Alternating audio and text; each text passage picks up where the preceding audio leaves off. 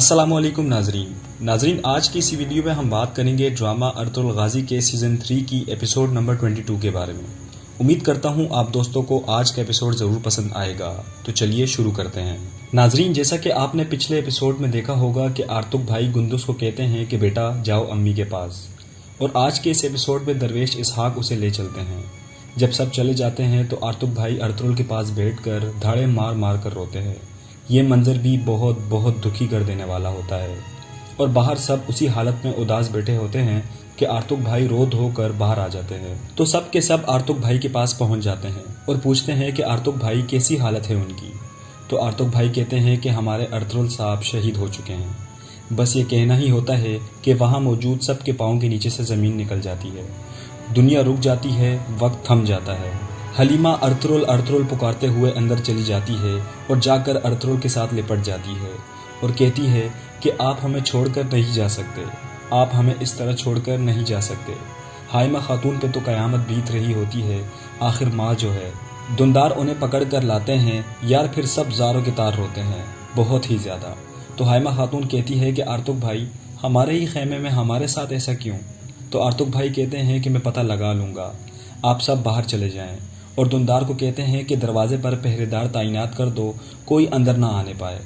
तो फिर चौधार कबीले वाले कहते हैं कि हमारे नुकसान का अफसोस हुआ, और एक एक करके सब चले जाते हैं। सिर्फ हलीमा वहाँ रह जाती है। तो आर्तुक भाई इसहाक को कहते हैं कि बंदोबस्त करो, हम अपने सरदार को शिफा वाले खेमे में लेकर जाएंगे। और फिर कहते हैं कि हलीमा सुल्तान, मैं आपको कुछ बताना चाहता हूँ, लेकिन आपने पुरसकून रहकर इसको राज रखना है। और बाहर सब लोग जमा हुए होते हैं, सब जगह रोना धोना लगा हुआ होता है कि साथ ही हलीमा आ जाती है। तो सब लोग कहते हैं कि हम लोग अपने सरदार को देखना चाहते हैं, हमें अपना सरदार दिखाओ।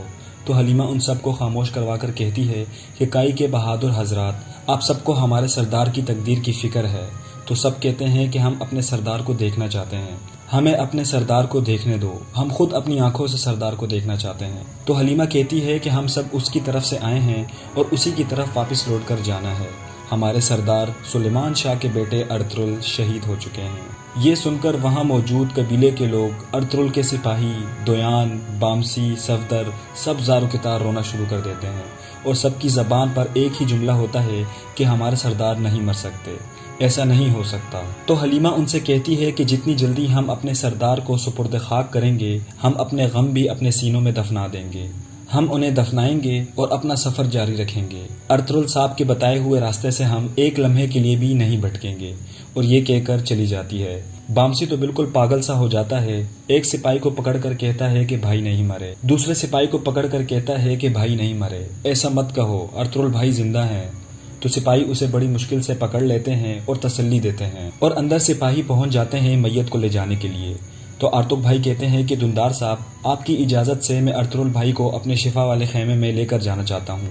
तो दुंदार कहता है कि अब इसकी क्या ज़रूरत है आर्तुक भाई। तो इसी दौरान हाइमा खातून कहती है कि क्या आर्तुक भाई आप नहीं समझते कि अब हमें अपने बेटे को दफनाने के लिए तैयार करना चाहिए। तो आर्तुक भाई कहते हैं ये जानना ज़रूरी है कि हमारा पाला किस किस्म की बीमारी से पड़ा है, ये जहर है या। तो दुंदार कहता है कि मेरे भाई को जहर दिया गया है, क्या आपको नज़र नहीं आता आर्तुक भाई, और ये सब उस तुरगुत की वजह से हुआ है। तो आर्तुक भाई कहते हैं कि हुजूर किसी पर गलत इल्ज़ाम ना लगाएं। खैर उनको किसी तरह कायल कर लेते हैं और ले चलते हैं अर्तुल की मैयत को। जब मैयत को बाहर लेकर आ रहे होते हैं तो बाहर लोगों का एक अजीब मंजर होता है, हर आंख अश्कबार होती है, हर तरफ रोना धोना और चीखने चिल्लाने की आवाज़ें आती हैं कि हमारे सरदार जिंदा हैं, वो हमें इस हाल में छोड़कर नहीं जा सकते। अचानक ये सब कुछ हो जाता है, लोगों की हिम्मत, हौसले सब कुछ टूट जाते हैं। इसी दौरान बामसी आर्तुक भाई को पकड़कर कहते हैं कि आप क्या कर रहे हैं आर्तुक भाई। तो आर्तुक भाई कहते हैं कि मैं अर्तुल को शिफा वाले खेमे में लेकर जा रहा हूँ, ताकि पता लगाया जा सके कि उनकी मौत किस सबब से वाक़ई हुई है। तो सब लोग अर्तुल की मैयत को ले चलते हैं। तो सरदार जानदार कहते हैं कि बेटा आर्तुक भाई क्या करना चाहते हैं। तो अलियार कहता है कि बाबा वो जानने की कोशिश करेंगे कि अर्तुल भाई की मौत किस वजह से वाक़ई हुई है, और इधर लाश को खेमे में पहुंचा देते हैं। तो आर्तुक भाई कहते हैं कि सब बाहर चले जाओ, किसी को भी अंदर आने की इजाज़त नहीं। सब बाहर चले जाते हैं। तो आर्तुक भाई अर्तुल के ऊपर से झंडा और तलवार उठा लेते हैं, और फिर मुंह से कपड़ा हटाकर ख्याल देखते हैं कि जब वो अर्तुल भाई के पास बैठे रो रहे थे, ज़ारों के तार रो रहे थे। इसी दौरान शेख इब्नुल अरबी साहब की दुआएं उरूज पर थीं, जिनके ये अल्फाज थे, या रब تو نے اپنی مقدس کتاب میں بیان کیا ہے کہ لوگوں تمہارا پروردگار کی طرف سے نصیحت اور دلوں کی شفا ہے اور مومنوں کے لیے ہدایت اور رحمت آ پہنچی ہے، اور ہم قرآن پاک کے ذریعے سے وہ چیز نازل کرتے ہیں جو مومنوں کے لیے شفا اور رحمت ہے۔ اے اللہ، جب میں بیمار ہوتا ہوں تو مجھے شفا بخشتا ہے۔ تو نے اپنی آیتوں میں بیان کیا ہے، یا رب میں تیری آیتوں کی طاقت تجھ سے مانگتا ہوں۔ اپنے بندے کو شفا دے جو تیری خاطر جدوجہد کر رہا ہے انصاف قائم کرنے کے لیے۔ کوئی ایسی آزمائش نہیں جن کا اس سے سامنا نہ ہوا ہو۔ ظالموں نے اس کے لیے جال بچھایا اور اسے پریشان کیا۔ اب میں تجھ سے اس پر رحم کرنے کی دعا کرتا ہوں۔ اس ظالم کا متاثر کرنے والا ظلم اس کے جسم سے نکال لے۔ یا اللہ، رحم کا معاملہ کر۔ اے میرے اللہ، ارطغرل کی مدد کر، اپنے بہادر کی حفاظت کر، اسے اپنی شفقت کے بغیر مت چھوڑ۔ اے میرے مالک، میں تجھ سے تیرے نام الشافی کی بدولت مانگتا ہوں، اسے شفا دے۔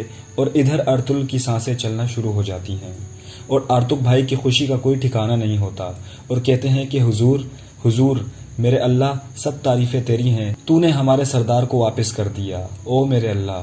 ارطغرل بھی اپنے آنکھیں کھول لیتے ہیں اور پھر کہتے ہیں کہ انہوں نے ترگت کو زہر لانے کا ذریعہ بنایا ہے۔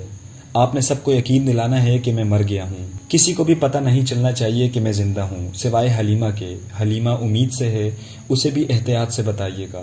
تو ارطغرل بھائی کہتے ہیں کہ حضور آپ بالکل فکر نہ کریں۔ تو پھر ارطغرل کہتے ہیں کہ ارطغرل بھائی مجھے یہاں سے نکالنا ہوگا۔ تو ارطغرل بھائی کہتے ہیں کہ آپ اپنے حکم سے مجھ پر اعتماد رکھیں، میں آپ کو اپنے شفا والے خیمے میں لے جاؤں گا۔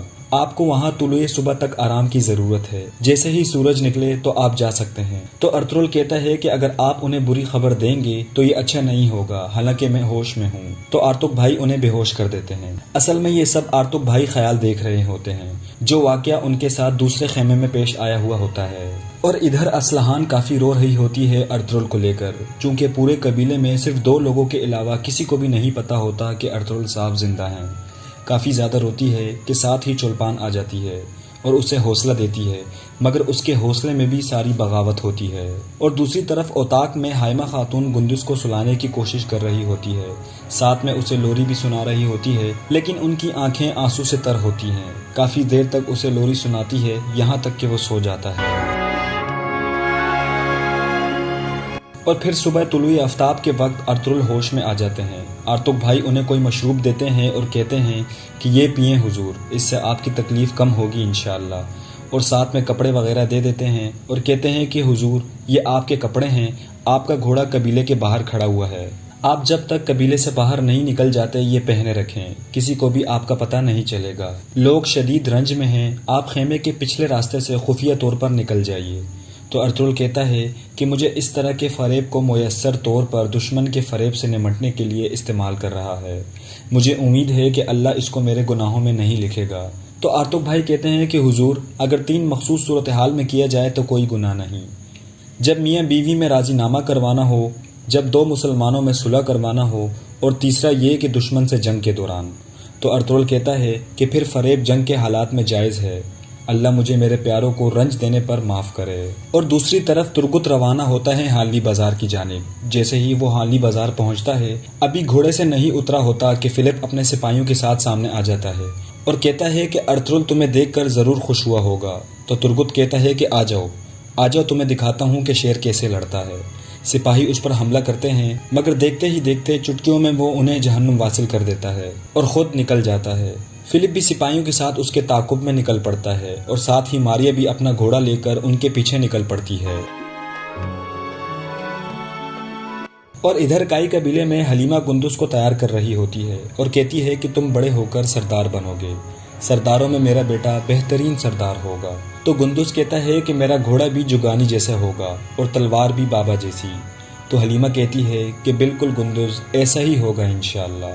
تو ناظرین، یہاں پر آج کے اس ایپیسوڈ کا اختتام ہو جاتا ہے۔ امید کرتا ہوں آپ دوستوں کو آج کا ایپیسوڈ ضرور پسند آیا ہوگا۔ اپنی قیمتی رائے ہمیں کمنٹس باکس میں ضرور دیجیے گا۔ آج کے لیے اتنا ہی، اگلی ویڈیو تک کے لیے اللہ حافظ۔